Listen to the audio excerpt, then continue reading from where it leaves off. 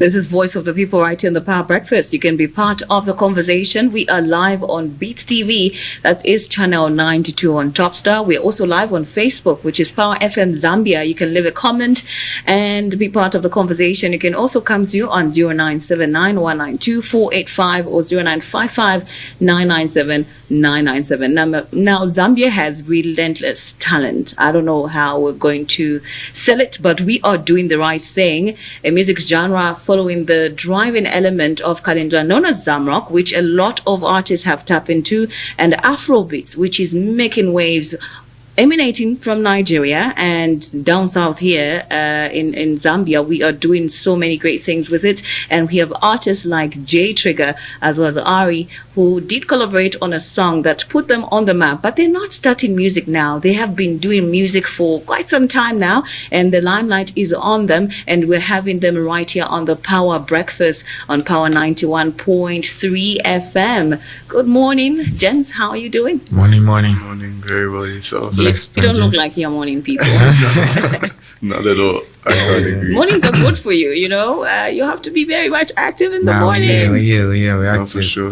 Just had a hectic one last night. Yeah? Okay. So I'm going to start by the journey, asking you your journeys, your personal journeys. Of course, I'm sure they are different, though you have been collaborating a lot on a lot of songs. I'm going to start with you, JayTrigga. Maybe you can just tell us your journey in the music industry. When did you realize that this music thing can actually work out for you? All right, so I started in China when I went to university. I came across a few friends that were into music, or rather, let me just say, when I went to China, I met a few people from other places in the world that didn't really know about, Zambian music and our scene. So, I got inspired to be the one that would, that would put it on the map. And so that's around 2018, 2019 is when I can say I started doing music professionally.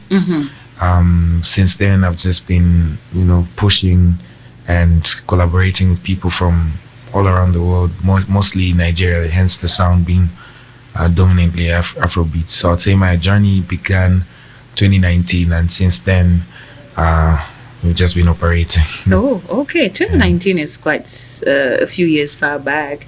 And for you, Ari, when did you kickstart your music journey? Professionally, I'd say, for me, I'd say professionally is actually like mid of last year, not even too far. So I released my first song in 2022. Okay. So that was a collaboration with I don't know if you're aware of Brizzo. Yeah, so that was the first song I did. He made me release. He was like, bro, you have to release it. You have to start getting music out there. So that was like a kickstart to my career. So that was a joint song called Better For Me. And then later on that year, in June, 5 months after that release, I dropped a song called Slow Down. So that was my first song dropped under myself. And it did pretty well. It still was one of my highest streamed song until Nationality. And it's just for me, I'm such an introvert. So after that first release, I never did music videos. I didn't want music videos. You went to hide it? Yeah, I didn't promote my stuff the way I was supposed to. So I was just releasing music and hoping it gets seen by who it's supposed to be seen. So I was just doing that. I didn't really get the idea of marketing my music until obviously working with Jay. He opened my mind. He showed me bro, we have to post these kind of things. We have to do these kind of things. You won't be seen unless we're doing these kind of things. So I would say my career really started, let's just say beginning of last year. That's when I really started to market myself, get more into myself, branding, putting my music out there properly. So not too long in the game, but I've been working on music since 2018, 2019, producing, mix, mastering, and then vocal recording 2022 was my first time releasing. Okay. Has anybody told you that your voices sync? Yeah. You sound the same. I couldn't tell though. A lot of people, first. a lot of people are like... I think Ari just has a higher register than I do. Okay. My voice is And when did you guys meet up? Is it when you were doing production? December 2023. So through mutual friends, obviously they managed to. Well, one of them said, "Oh, bro, I have this guy who you two would work well together." So I was away. I was in Serbia studying for in university. So I had come back in December, obviously for holiday, and met up with Jay. Few recording sessions, and Kambole, our photographer, literally said, he was like, "I don't know who let you guys meet up and cook, but they made a mistake." Because since then we haven't stopped making hits. When we talk about Afrobeats, it's a genre that has a lot of subgenres as well. And it is very popular in Nigeria. The Nationality song itself kind of has an Afrobeat tune to it. Now, when we talk about our own genre, I don't know if do we have a genre in Zambia? I think the genre topic is a very tricky one, more especially because I've always believed Zambia is a melting pot of cultures. It's hard to have a Zambian sound simply because we've always lived as brothers and sisters of the continent, because we're literally land linked. We're in the center of everything. So even the types of sounds that we try to say are Zambian have like roots in Congo. For example, if you listen to Kalindula, that's like a derivative of like rumba. And then you listen to Dunka, that's like reggaeton, you know. So I think Zambia needs to embrace the fact that we are a melting pot of cultures, and that's why we noticed, okay, cool, people listen to Afrobeats out here. The only way we can have our own things by also finding ways to blend with, you know, other cultures. So that's what we're trying to do with Afrobeats, try to make our own Afro-Zam of some sort, where we have the base of Afrobeats, but whatever we're putting on top, be it the language, be it, you know, the way maybe even we dress, you know, stuff like that, just being, you know, part of what we're trying to do. So it's a very tricky thing when it comes to what is Zambian music. And yeah, we're just trying to see how best we can export it, you know, by working with sounds that already exist somehow. Now there is this persona who is JayTrigga, and of course there is you behind the scenes, a son, a brother, and you as well. Now when we talk about family support and how you kickstarted in the music industry, in our African culture, it is very rare that your family is going to support you in this journey, especially as a creative.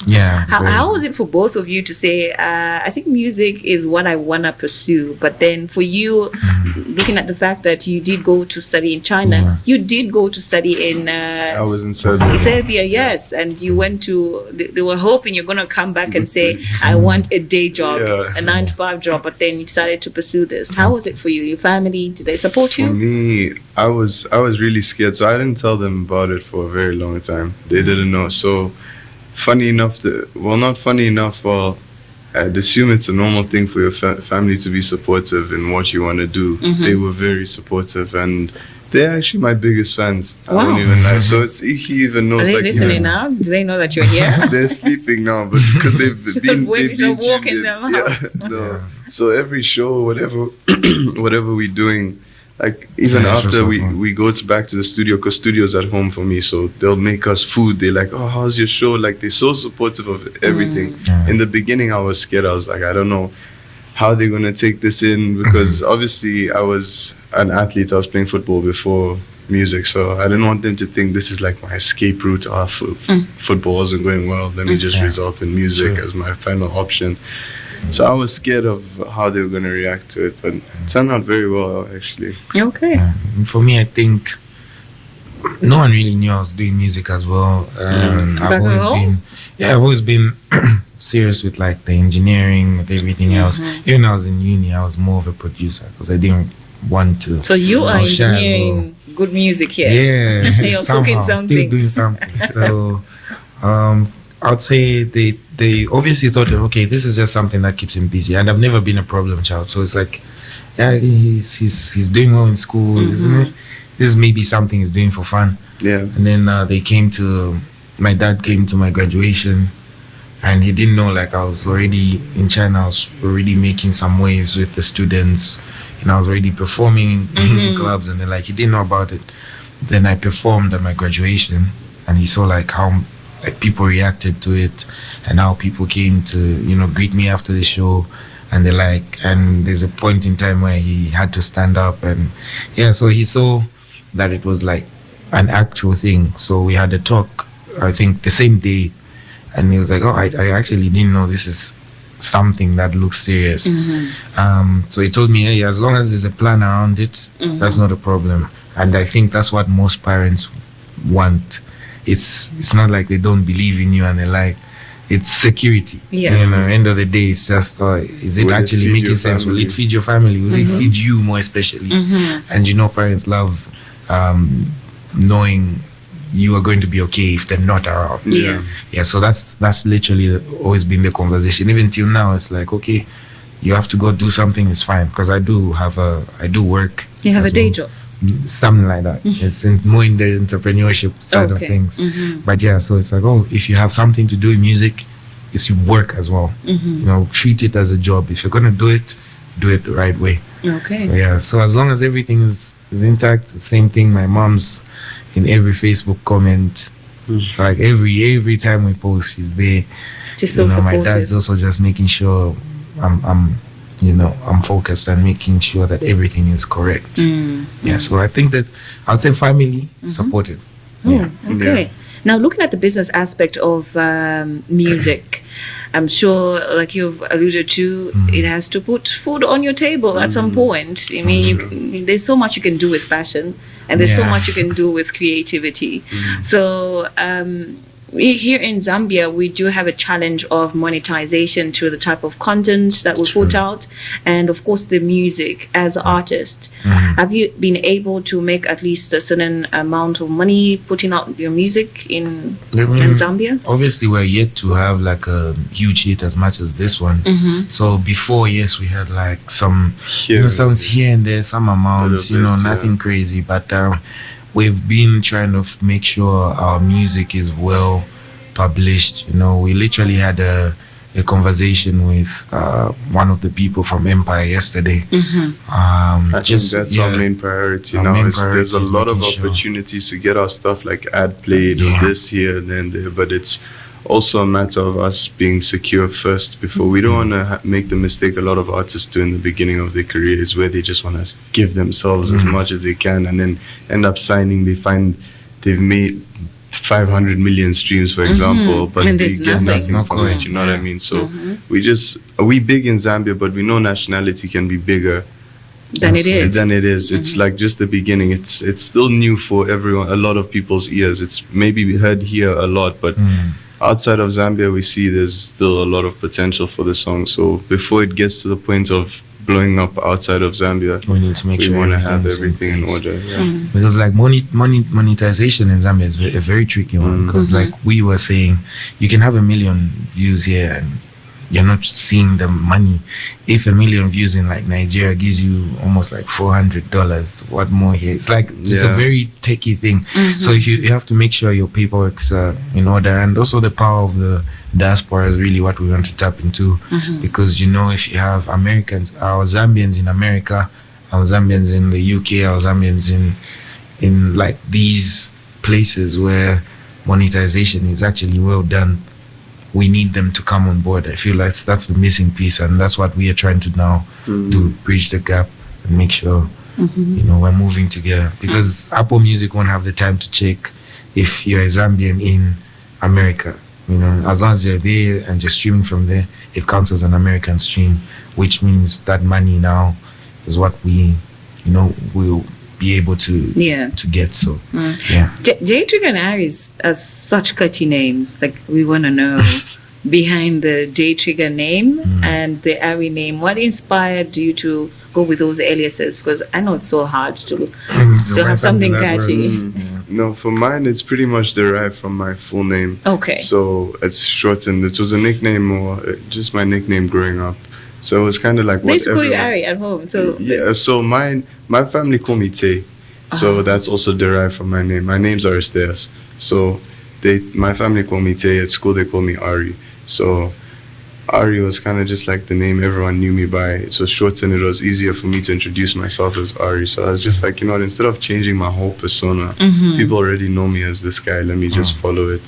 And the Stizio was also like another nickname, which is what I've used as my Instagram handles, as on Facebook. So Ari Stizzy. Yeah, so I've just taken the Stizio part as like that thing, and then Ari's.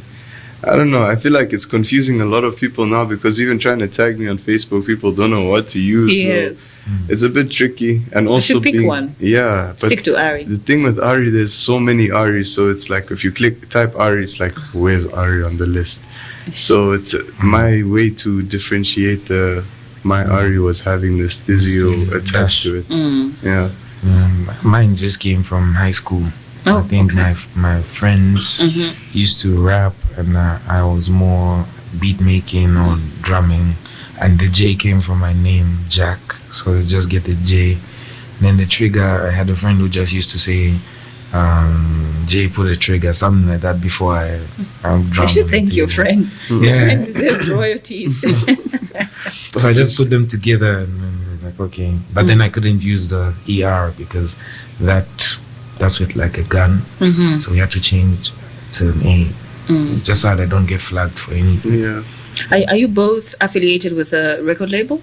Nothing at all. For me, we're making our own situation. Okay. Because I've been doing something with my friend in Nigeria called Cloud9. I think you've seen. Yeah, I'm aware of that. Yeah, that's something we started. But then we're trying to now blend the worlds because he's got something called Room 9, which is a studio. And we never even thought about. Yeah, so he has Cloud9, I had Room 9, so it's like it kind of already works to go under. Maybe make Cloud9 the mother company of everything, have Room 9, which is our studio, under that, and everything else which we're doing affiliated with that. So working on the licensing and getting our stuff in order, being ourselves as our own entity for now, as separate artists under one house. So why don't you think record labels aren't the thing here in Zambia? We did have Nexus. Yeah. We did have Kalandinya rather, sorry. We did have that, and I don't think they are much active as they were when they came on the scene. And I've heard of how a lot of artists wouldn't want to affiliate themselves with labels. What is the downside of affiliating yourself with labels? Is there maybe the side that we don't know about? I'll say here, to be honest, labels here wouldn't do much for artists, because like what are you doing? Are you just putting the music on platforms? I mean, these days you can just do that on your own. Just go to DistroKid and but most times these labels came with like just giving you money, and then now it's like, what's the plan? Money is something, but like, how are you going to take my music to the next level? And that's why we never affiliated with anyone locally, because the whole idea is, what are you going to do for us that we can't do ourselves? So I think labels also don't have the structure that's supposed to be there. A label is supposed to handle your publishing, your royalties, everything, your marketing also. And the marketing is not just posting you on Facebook, and then that's the problem. Branding, people think branding is nice pictures, which is not. It's there's a lot. There's a story that has a lot. Your PR. So I think labels didn't really have the knowledge of like how to actually break artists. What they'll do is maybe invest in an artist or maybe give him money. Then they shoot a few videos, and then what? Like, that's it. It's a wrap. And then the labels realize, this is a lot of money. How are we going to get it back? And our industry is not paying us back in the right. So I think they'll just. We're getting there though. And you, Ari, what's your take? I can't add more to what Jay's just said. Obviously, it's a matter of also artists understanding that they don't really need a label right now. You know what I mean? We have the internet, we have access. As long as you have a phone, internet, you can record your music. You don't really need... The label's just going to come in there, obviously give you your money, but also you as an artist, besides the label, if someone came to you now and said, here's $20,000, what are you going to do? You know what I mean? You still need to have an idea in your head of how you want to play your career out. You need to foresee your music videos, where you see yourself in 5 years, how you see your planning for your EP. Like for us, our release, I'd say for the next year, we already know how we're going to make this video? How are we going to market that? How we've done, like, we have a structured breakdown of everything that we want to do. You know what I mean? And we can't say that we had the same for Nationality, but we had an idea. But after Nationality, we've learned so much. We've learned, obviously, we can't say we have the key to success, but we have an idea or like a blueprint of how to get it to where it's supposed to go. And we've also come across some good connections in the process. So it's also a matter of time. A lot of people see us as people who've just come in the game and out of nowhere blown up, but he's just said from 2018 he took it professionally. So you know what I mean? I honestly believe there's nobody who comes from nowhere. Exactly. They started from somewhere. You know what I mean? So we've taken our time. We've had our fair share in the game of building the connections that would help us get to where we are. Obviously the distribution, the publishing, all these kind of things are things that we've learned, and we're still learning at the end of the day. So I wouldn't say it's something a label can just come in and change your life. They still have to come in and now build you. So we basically have done the groundwork on our end, and now for people to come in, unless they're offering us money, there's nothing you can do for us that we can't do for ourselves right now. Everything we've done thus far is funded by us, pushed by us, and made it happen.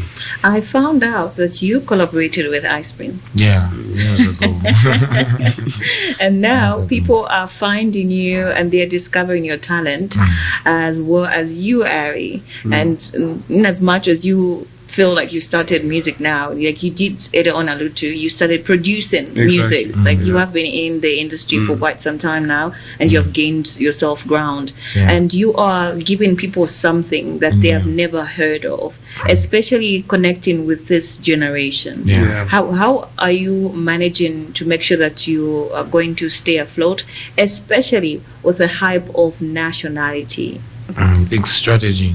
That's the only way you can stay afloat. You know, nothing is by mistake these days. You obviously, God can give you the chance to have your moment, but what you do with your moment is now up to you. So how we're staying afloat is just, like you said, getting ready for the next few months, you know, making sure everything is in place. Yes, there's a lot of like unexpected things that happen, like unforeseen things. You know, there's people who've been hitting us up for like international remixes, you know, in a point where people are like, oh, this song can we have something new? But there's different remixes that are coming from all over the world, and now we're just trying to make sure, you know, but at least we have a basis of where we want to go. At the end of the day, we can have our strategy, but we're also as surprised as everyone else. But like today, we can hear something else out of nowhere's come up, and it's something crazy, you know what I mean? So we can plan for something, but we also don't know what tomorrow holds for us. So something else can happen. Might have to change the plan slightly, but we do have a general strategy of how we're going to keep Nationality afloat. Do you believe on capitalizing on a moment, like for this particular one? You got to make the most out of it. Yeah, definitely. Are you going to milk it? We are. As gonna much milk as, every coin? you know what I mean? We're having this conversation. Zambia can't get tired of it. They'll say, oh, we need the next song. But at the end of the day, Zambia wants us to get out to the world. You guys can get tired of it here, but the other people have, it's very fresh to a lot of ears. It's fresh to the world, you know what I mean? So it's washed here maybe, but if we want to get to the world, let's keep booming it so we can start taking it elsewhere. So we're still in the process of that. Okay, so we're now going to see another song very soon. Okay, yeah. Depends. Well, I wouldn't say very soon, but you're gonna let the song settle in to people's ears. You know, it's not to say that we don't have songs ready. Songs are ready. We have songs. I know artists have like a catalog of music that's unreleased. They're just waiting for the right moment. Exactly. So you know, we're just trying to see where to go from here, but we do know where we want to go. For sure. We just want to, I think the next step for now is just sorting out our side on the back end, the publishing, having all our stuff in order legally and everything, so we can have, so we're not left out anyway, you know what I mean? We want ourselves to be legally protected in the back end before we start going into other endeavors. How was it collaborating with Rotimi? Amazing. He's like a big brother now. You know, he's, you know, surprisingly we expected, you know, when it is like when you're working with someone of a bigger or like bigger name, they expect them to come in and maybe act like, okay, I'm doing you guys a favor or something. Yeah. But yeah, he's been very helpful. You know, most of the videos that he posts are like things that he does randomly on his own. We don't even have to tell him, Yeah. you know. And as much as we also needed him or wanted him to be in the video, he's still been supportive. It's just that, you know, these are people are busy. People are busy. That's a Hollywood star, so yeah, but he's still very much supportive. He has his own schedules, obviously, and it's not something we can't just, you know, we had our moment, we shining right now. We can't also pull him from what he's doing just to come for us, you know. We tried to get some things to play out in a way where we could get him maybe to shoot something that side, but at the end of the day, we didn't want to force things out of it, like, you know what I mean. So far, Nationality was moving so well organically, without us pulling ourselves, having to do too much, and you know what I mean. The remix came organically. Did you ever? Sorry to cut you off. So did you ever think of it going this global, this We viral? knew it was big.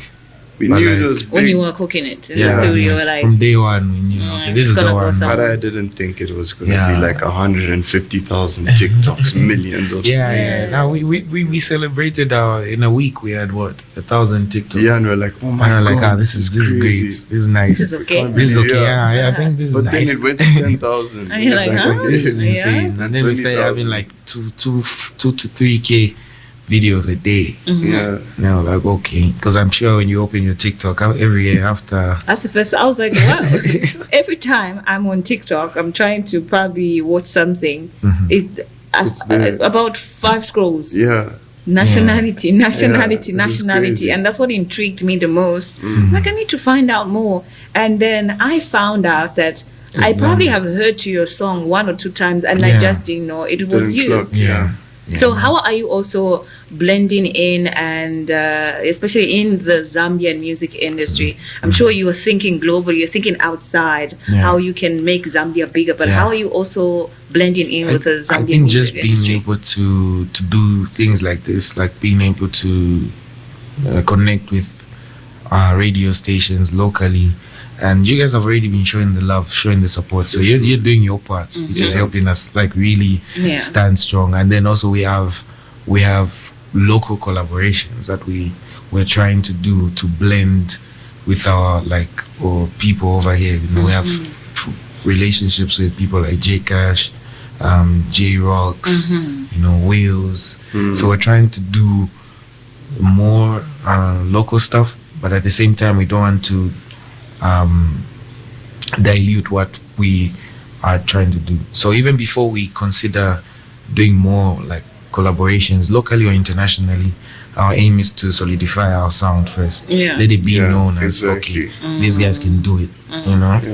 Then because we were gonna do it without like focusing on like the international features, and like the features are what's finding us. So pretty much like we just got the other day, you have a new feature from this country. Oh wow, they've just sent us the demo. It's crazy, but how are we gonna do it? How many countries are we looking at currently that have sent in to say they want to work with you? You say France. Yeah. In France. With the French. So you're gonna see the Eiffel Tower. We have a francophone. That's a francophone version. That one's beautiful. We're trying to get an East African if everything goes well. Yeah, because again, it's a matter of domination, world domination. We're tired of not being in the conversation, and we haven't had a Southern African, let alone a Zambian, take it to like a level where even SADC itself can, you know, can appreciate. So this is what we're trying to do. We're trying to dominate the SADC region, then take it to the world. Oh, okay. Are you gonna make it a duo, a group? What are you? A band?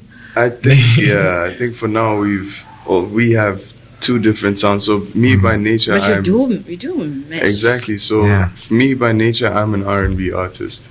He's an Afrobeat artist. I do have my Afro sound as well to an extent. But then again, when we make music together, he gives the vibe of the dancey, you know, let the people move, and then I'll come in with like the R&B lovey sound for like the females, like, you know what I mean. So we have that fusion in sound. But then again, he also has his catalog of music which he's done solo, which I mean eventually he'd like to also release under himself. I have my R&B, which eventually once I'm established would like to release to my audience. So we also don't want to limit ourselves.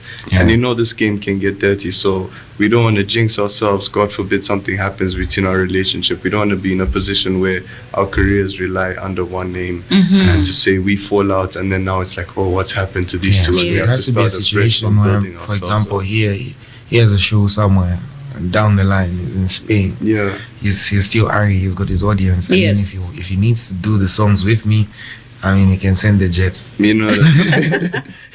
Heavy on the jet He'll there. be able to say, "Yo, I'm having my own show here. Yeah. Come to do what we did together." Yeah. And just having that freedom to still, operate. But what we're trying to do is have, like a label of some sort where, okay, if he's pushing out work that he needs support from me, or if can it's pull up. sharing, Yeah, if it's exactly. like we just need to build a house. And A house. whether or not, like with the music coming, we have the EP coming, we have the singles coming. People will know JayTrigga and Ari. People know Ari and JayTrigga. You know what I mean? The name, the Ari and or Jay and, it's there. So it's not to worry about us making the duo name. People already established us as JayTrigga and Ari, or Ari and JayTrigga. It's already there. Okay. So to go into solidifying it as a duo, I don't think it's necessary, really.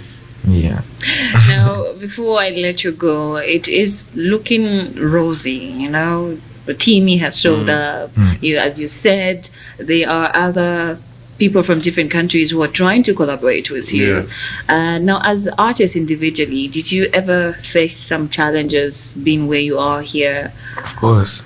The most. Everything is more especially with with the music we're doing. It's very different. Was it hard for you to penetrate through the Zambian Very, music market? very, because Being accepted. being accepted as Zambian artists, if you're not doing a certain type of sound, or if you're not collaborating with like certain names and the like, so just being able to like make our own lane, it's a lot of work, and then it takes a lot of investment. If you look at, for example, I've done like 5 music videos, and all of them are high quality. It didn't matter how much I was spending, as much as it wasn't coming back. Yes. So those are the challenges, like self-funding and the like. So Currently, challenges are there. Yeah, and currently, are you maybe with a management team? You have a whole team working behind you? Every day it's like we find new members for the team in certain departments. So we have like a general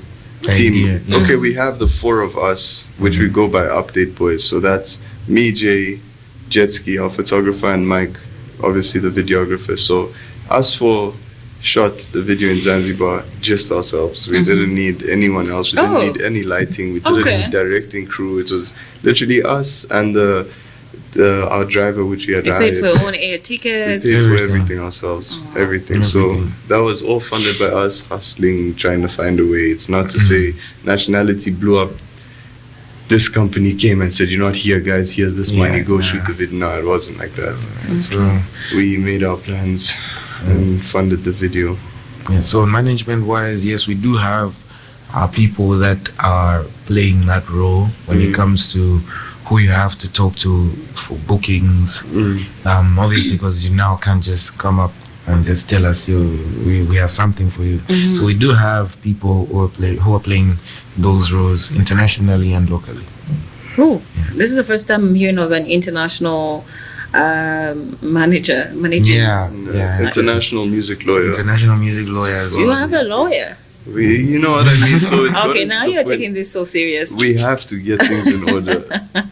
So, for example, obviously, in the back end, we're trying to get some things done. Obviously, maybe some people in the talks of certain discussions. So we also want to have the understanding from obviously people educated in the sector. So, for example, not just the ordinary lawyer, we need someone who understands the music side of business. So, general law, music law, they might have mutual understandings in some aspects, but when it comes to their department, we'd rather have someone who specializes in that place.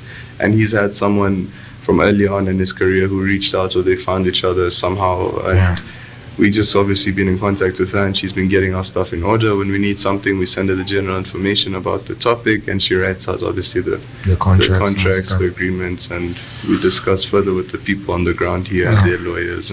And also just like an advice to people like more especially new artists, they shouldn't be scared. Like the way things sounds like we're doing too much. Yeah. But these people are around you. You know, your friend who studied law, your friend who's got like some marketing expertise. Exactly. You have to look around you. Your team is around you, and those are the people that genuinely care for you. Because if you work with like a manager from somewhere who just finds you when you're ready where you're going, wouldn't care much, because obviously they just want to make their money and go. Yeah. So I think you should look around your circle, and you're gonna find people who have, you know, qualities that you can work with. You know, for example, the person who's handling most of our bookings is Tandia. She works in corporate, but she has the understanding of how, you know, artists' contracts have to look like, bookings have to look like, and the like.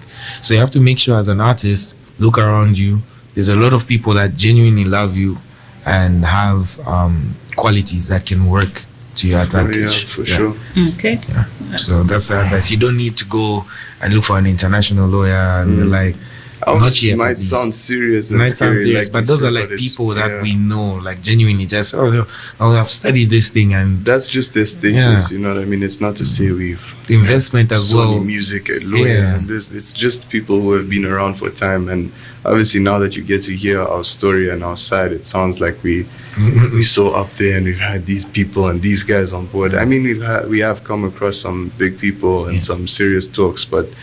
Most of it is just people around. Most of it is people we've been around, growing, adding people to the team every day. Well, Ari and JayTrigga, ladies and gentlemen, thank you very much for popping by, gents. Thank you for having us. Okay. They have so much music that we have to look out for, and they did collaborate on a song called One Core. Classic. And that is Ari featuring JayTrigga. So this is Ari's song. Yeah. It features JayTrigga. The Nationality is JayTrigga's song, features Ari, right? That was a collaboration. That one is now Jay and Ari. So this one is a feature. It was his song. That's how we became friends. Yeah. Literally. So that was the first banger. Okay. All right. You can follow them on their socials and see what more works they have in store for us. We wish you all the best. The sky's not the limit. That's what I'm going to say. Thank you very much. Thank you so much. Maybe there's space out there. No, you want to take it to the moon. Yeah, take it to the moon. Thank you very much. Shout out Power FM, Power TV for the love. Fortrace, Shekinah, thank you very much for the love. Thank you so much. Thank you very much. This has been Voice of the People. Here is something from JayTrigga and Ari, One Core.